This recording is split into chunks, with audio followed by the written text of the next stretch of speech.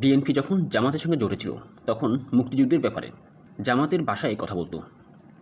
BNP ক্ষেত্রবিশেষে কখনো কখনো জামাতের চেয়ে বেশি মুক্তিযুদ্ধ বিরোধী কথা বলতো। জামাতের সাথে বিএনপির জোট ভেঙেছে।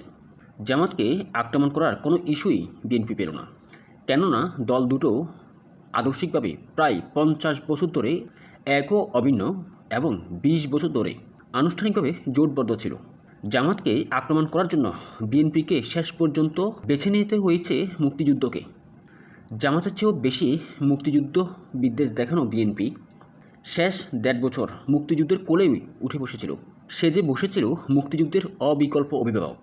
অবশ্য এই সময়ে জামাতকেও বারবার প্রমাণ দিতে হয়েছে তারাও মুক্তিযুদ্ধের বিরোধী দল নয়, বরং পক্ষের।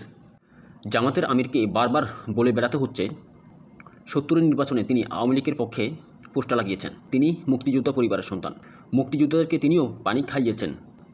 কর্নেল অলিকে ভাড়া করে এনে জামাতকে অন্তত অভিনয় করতে হচ্ছে তাদের দল মুক্তিযুদ্ধের বিপক্ষে না।